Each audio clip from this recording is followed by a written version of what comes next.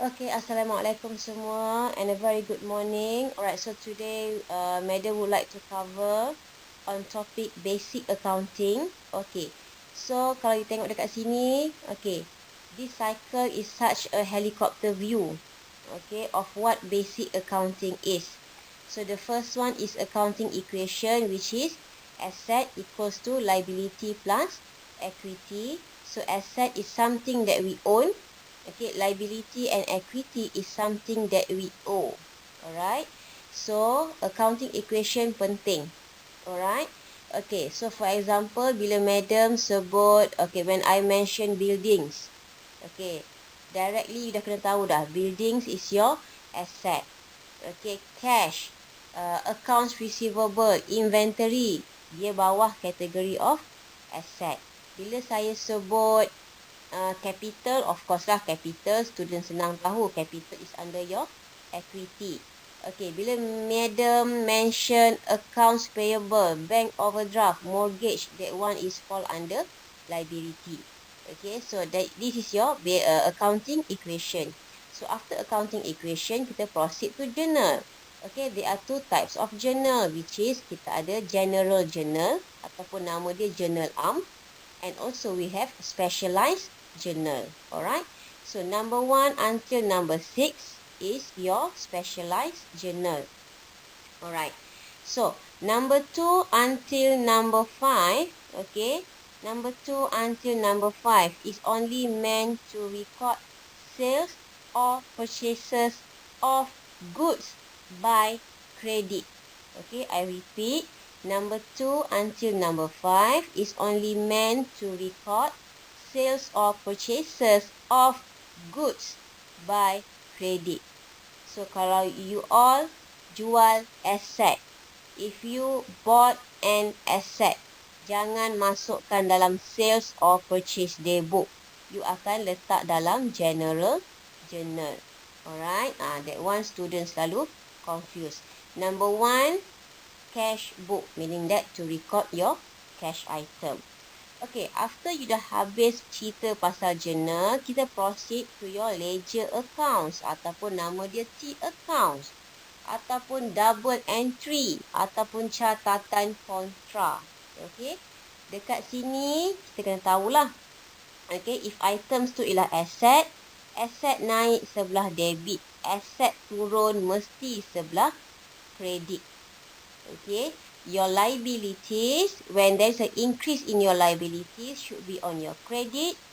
If reduce ataupun decrease in your liabilities, should be on your debit side. Okay, I believe for SPM student, you biasa dengan BAD leh. Okay, BAD equals to LEH. Alright, so after you finish up, after you balance off your ledger ataupun T accounts, kita proceed to trial balance. Okay, this is your example of trial balance. Trial balance. So, kenapa you all kena buat trial balance is to check your balance dekat sini betul ataupun tidak. Balance ataupun tidak.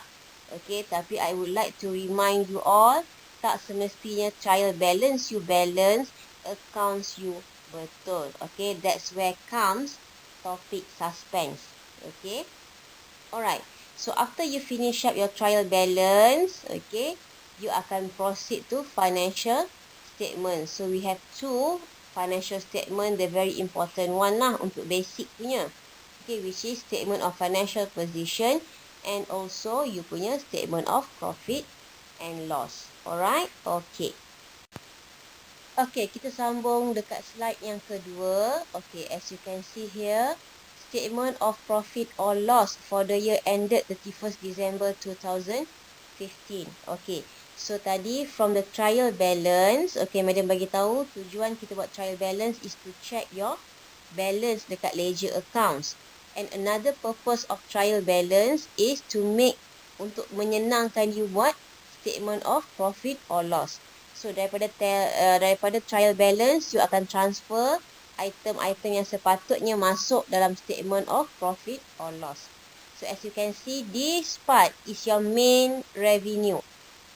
This part is your other revenue. This part is your main expenses.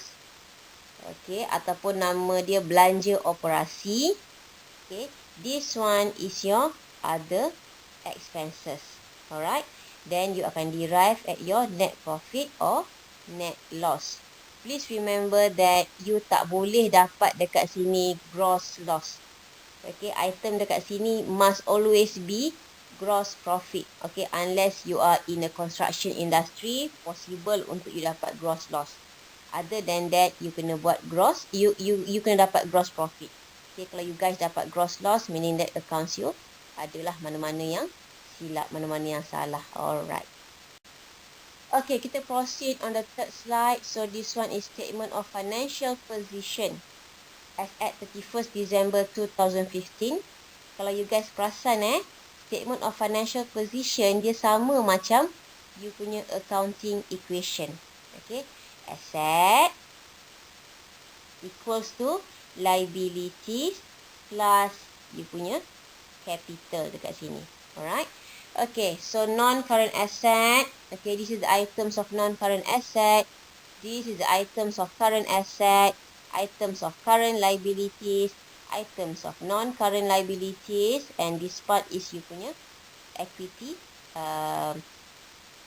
Your equity part lah. Okay, your capital part.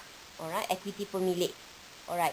So sekarang that's why tadi I beritahu, selain you kena tahu your accounting equation, is very important for you kena tahu classifications of each of item.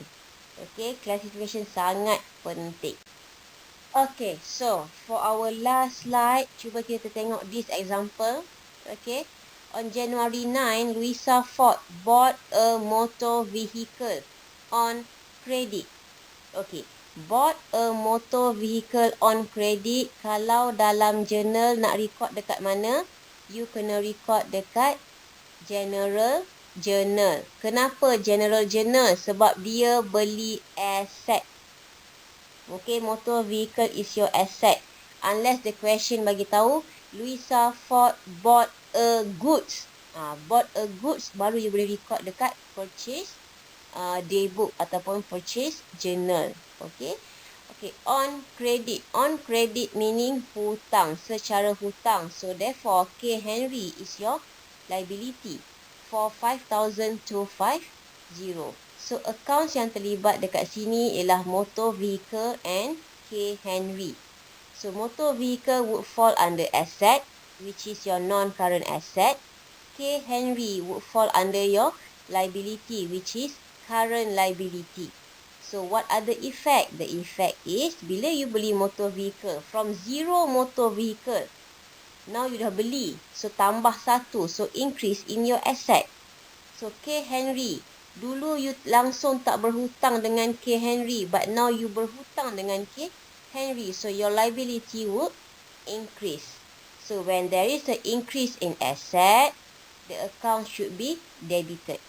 Okay, when there is an increase in your liability, there should be credit. Okay,